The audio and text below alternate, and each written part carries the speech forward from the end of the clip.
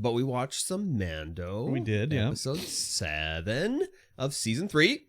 Almost over. Almost over. Thank God. And we're down on Mandalore. Yes. Everyone's down on Mandalore. Well, the key people are down on Mandalore. Well, only a few are on Mandalore. Most of them are like in orbit. This show's so fucking stupid, man. I literally shut it off halfway through this episode and I was like, no. But then I was like, I gotta finish watching it. We did too, but that was because they had to do something else. Yeah. No, I shut it off because I was like, oh my fucking God, this show.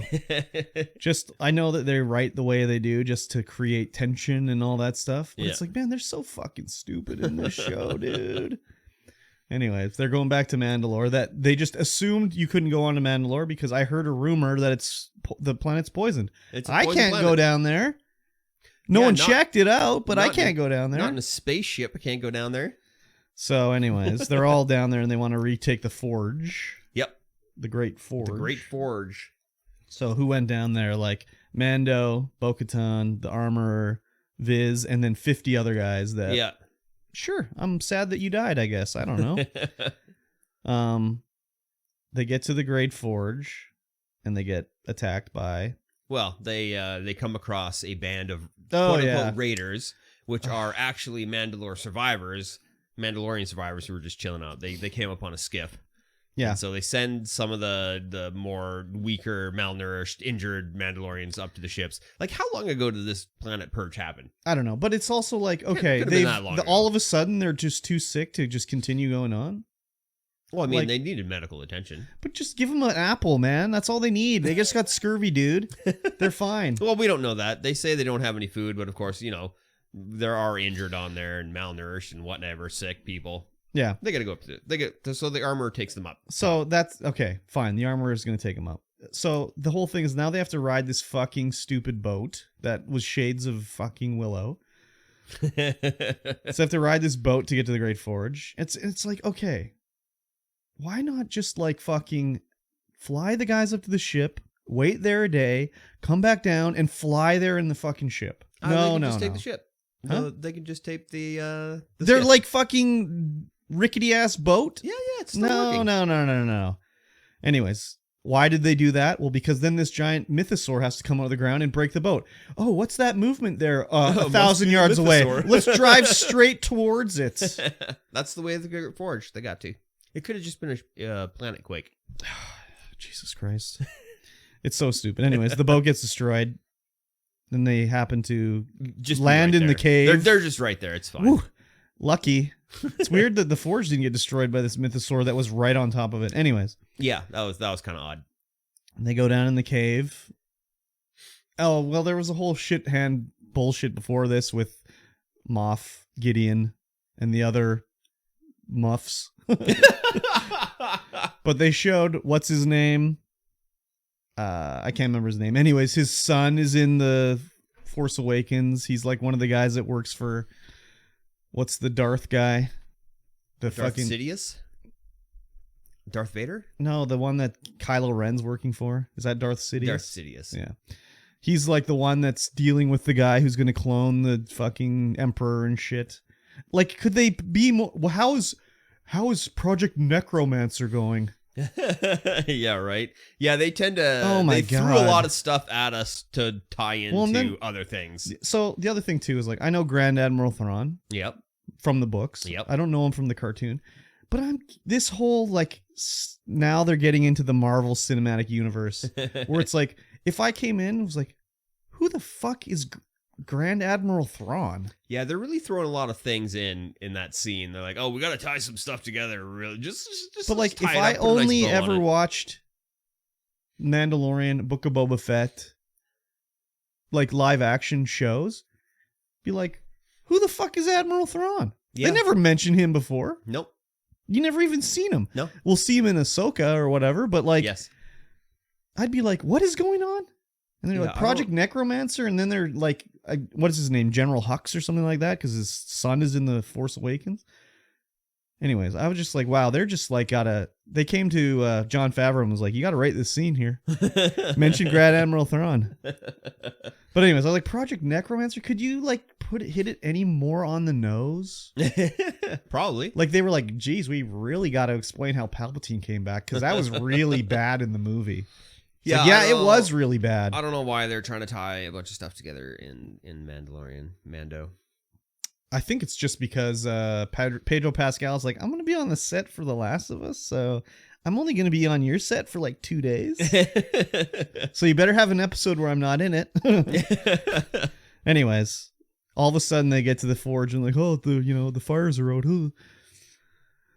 And they get attacked by like stormtroopers. Yeah.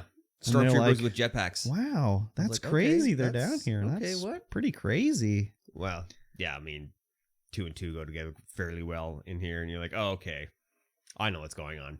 Well, anyways, the part that I quit watching was right before this, when they had the thing on the boat where Bo-Katan was talking about how she did surrender and it didn't matter and everything, and everyone's like, looking sad on the boat and everything. I just was like, oh, this fucking show, man.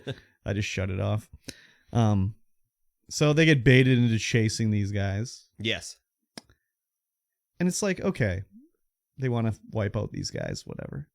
Like, are they? They're so, these Mandalorians are, they deserve to be wiped out. They're so fucking stupid. Everything they do is stupid. Yeah, as soon as the Imperial architecture started to come up, I was like, what are you guys doing? Well, even before that, it's like, obviously they're being baited into a trap. But yeah, then the Imperial architecture shows up and they're like, huh, what's that over there? That looks really like not too beat up or anything. It's like, oh, they get trapped. And then Moff Gideon flies down on his little jetpack and is like, haha, trapped you guys. Gotcha. I'm harvesting Beskar now. Thanks for bringing everybody together so I can wipe you out. And then the doors close and everyone's cut off. And Bo-Katan's got her Darksaber. And, Moff Gideon's like, I want the Darksaber. I'll be in charge of the Mandalorians. I'll be the #1 guy. So you don't need the Darksaber. You don't need the Darksaber to rule Mandalore. He just wants the Darksaber. So they escape, and then Viz does the noble sacrifice. Yeah, this episode was the fight was pretty good. Yeah, it was a good fight. Viz, just kicked some butt. Of course, got taken down. It's the way. And then he gets destroyed by red stormtroopers. Like, I don't.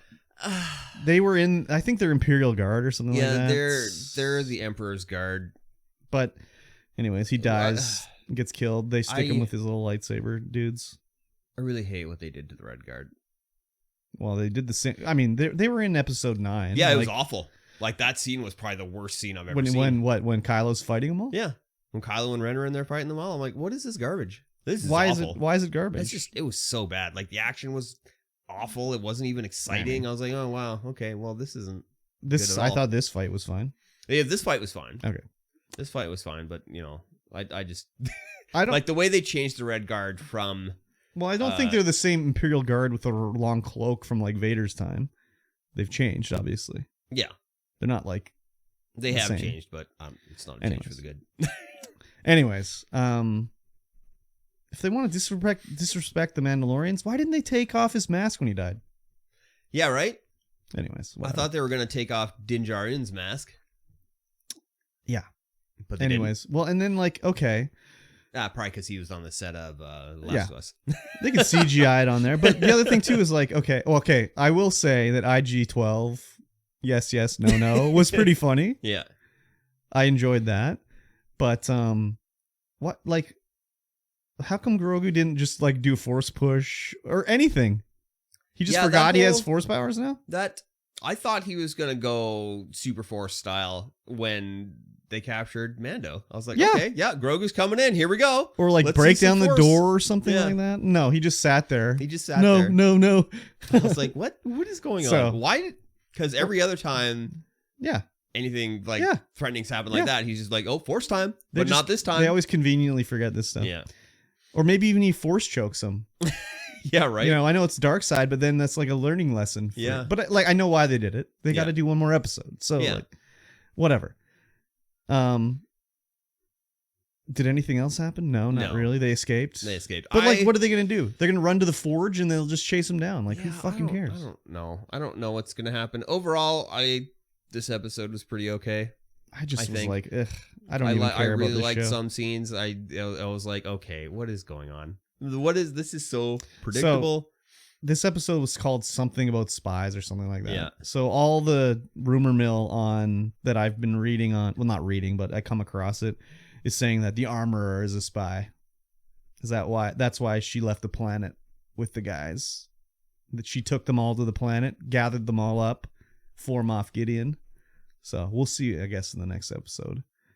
Oh, if that's I guess so. What the deal is, but I mean, it could be true. I don't know. It could be. Yeah, we don't know. We'll find out. But the episode was called something about spies or something like that. So, but I did think like when she's flying up to the thing, and they did a whole thing where she's flying through the clouds. Yeah.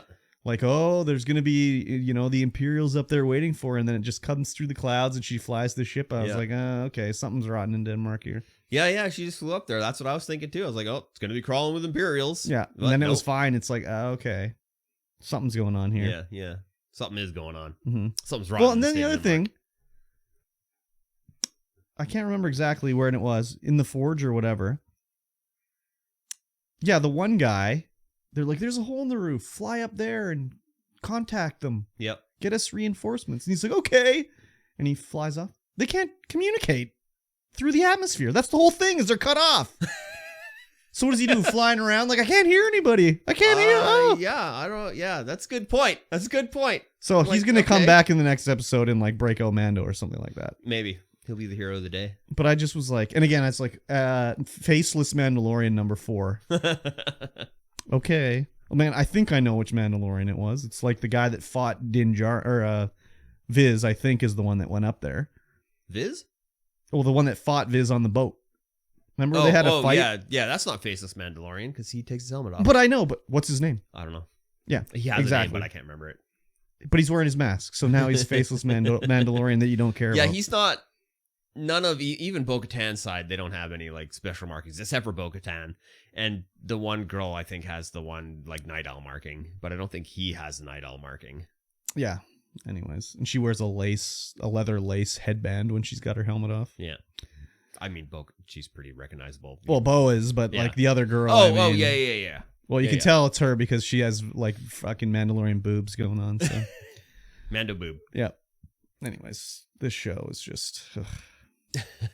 Yeah, not my favorite episode, but a lot of articles were like, "Oh my god, this is the best episode of the season." I'm like, I don't think so. I don't think so. I think it was highly predictable. Yeah, Moff Gideon.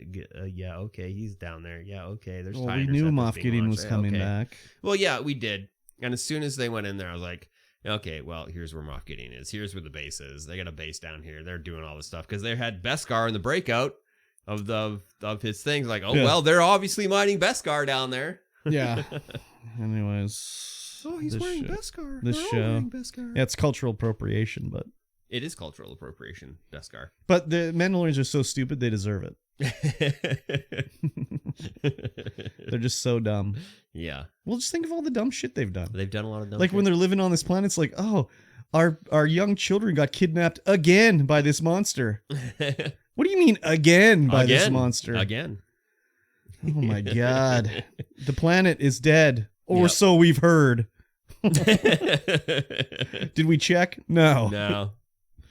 No, we got spaceships, but we didn't check. Oh my god. So dumb. Yeah.